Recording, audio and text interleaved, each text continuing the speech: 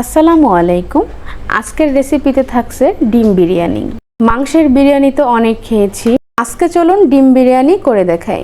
ডিম বিরিয়ানি খেতে দারুণ মজা হয়, মাংসের বিরিয়ানি থেকে কোনো অংশে কম নয়।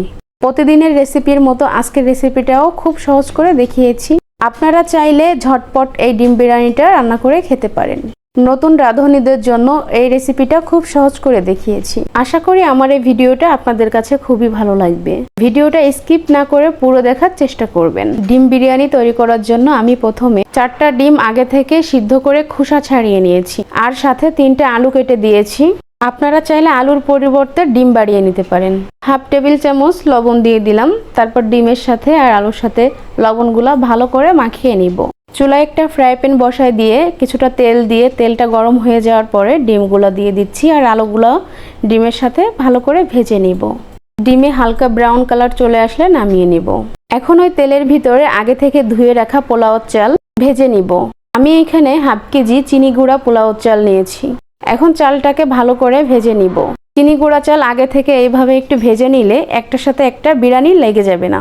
ব্রাউন কালার হয়ে গেছে, এখন নামিয়ে নিব। চুলায় একটি পাত্র বসায় দিয়ে তাতে হাফ কাপ পরিমাপ তেল দিয়ে দিলাম, আর 1 কাপ পরিমাপ পেঁয়াজ কুচি দিয়ে ভালো করে একটু নরম করে ভেজে নিব।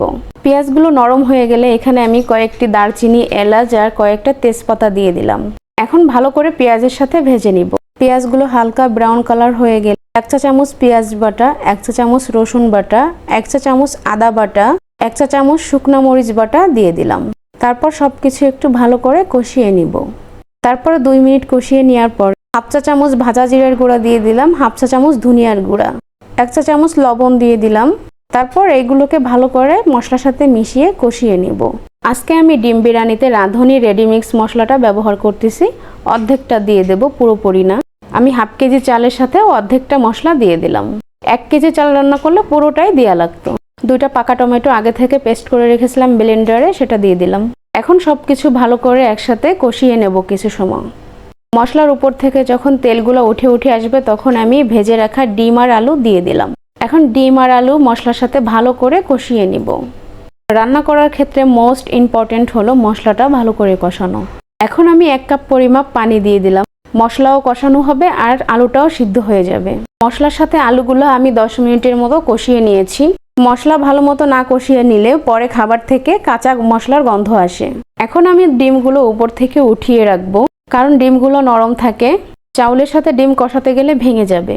ডিমগুলো উঠিয়ে নেওয়ার পর ওই আলু আর মশলার ভিতরে চালগুলা দিয়ে ভালো করে নেড়ে চেড়ে মিশিয়ে নিব।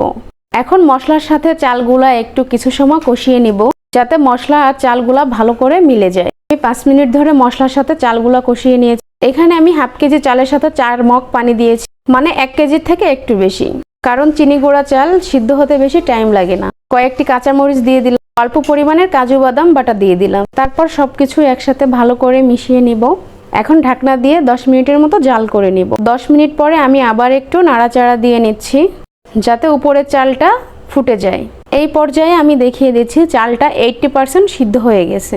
এখন এখানে কয়েকটা কিশমিশ ধুয়ে দিয়ে দিচ্ছি, আর দোকান থেকে আনা 10 টাকা দামের 1 প্যাকেট গুঁড়া দুধ সম্পূর্ণটাই দিয়ে দিব। এখন সবকিছু একসাথে ভালো করে মিশিয়ে নিব। এখন আমি আবারও 10 মিনিটের জন্য ঢেকে দিব। 10 মিনিট পরে চলে আসলাম। এখন আমি উপর থেকে ডিমগুলা দিয়ে দেব, আর এখানে অল্প পরিমাণের মোগলাই সেন্ট দিয়ে দিলাম। আপনারা চাইলে কেওড়া পানিটাও ব্যবহার করতে পারেন।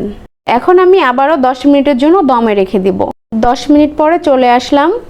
তৈরি হয়ে গেল মজাদার ডিম বিরিয়ানি। দেখুন কতটা ঝরঝরা হয়েছে। মাংসের বিরিয়ানির থেকে কোনো অংশে কম নয় এই ডিম বিরিয়ানি। খেতে দারুণ মজা লাগে। যারা মাঝে মাঝে ভিন্ন ধরনের রেসিপি খেতে পছন্দ করেন তারা এই ডিম বিরিয়ানিটা ট্রাই করে দেখতে পারেন। আমার পার্সোনালি খুবই ভালো লেগেছে। আশা করি আমার এই রেসিপিটা আপনাদের কাছে ভালো লেগেছে। এখন আমি গরম গরম পরিবেশন করে নিব। আমার ভিডিওটি যদি ভালো লাগে আপনাদের, তাহলে অবশ্যই আমার চ্যানেলটি সাবস্ক্রাইব করবেন। আমি এই রেসিপিটা খুব সহজ করে দেখিয়েছি শুধুমাত্র আপনাদের জন্য। মাশাআল্লাহ, ডিম বিরিয়ানিটা খেতে দারুণ হয়েছিল। এখন যেহেতু রোজার সময়, আপনি চাইলে ইফতারিতে এই রেসিপিটা রাখতে পারেন, বা ঈদের দিন সকালে এই রেসিপিটা করে দেখতে পারেন। সবাই ভালো থাকবেন, সুস্থ থাকবেন। আল্লাহ হাফেজ।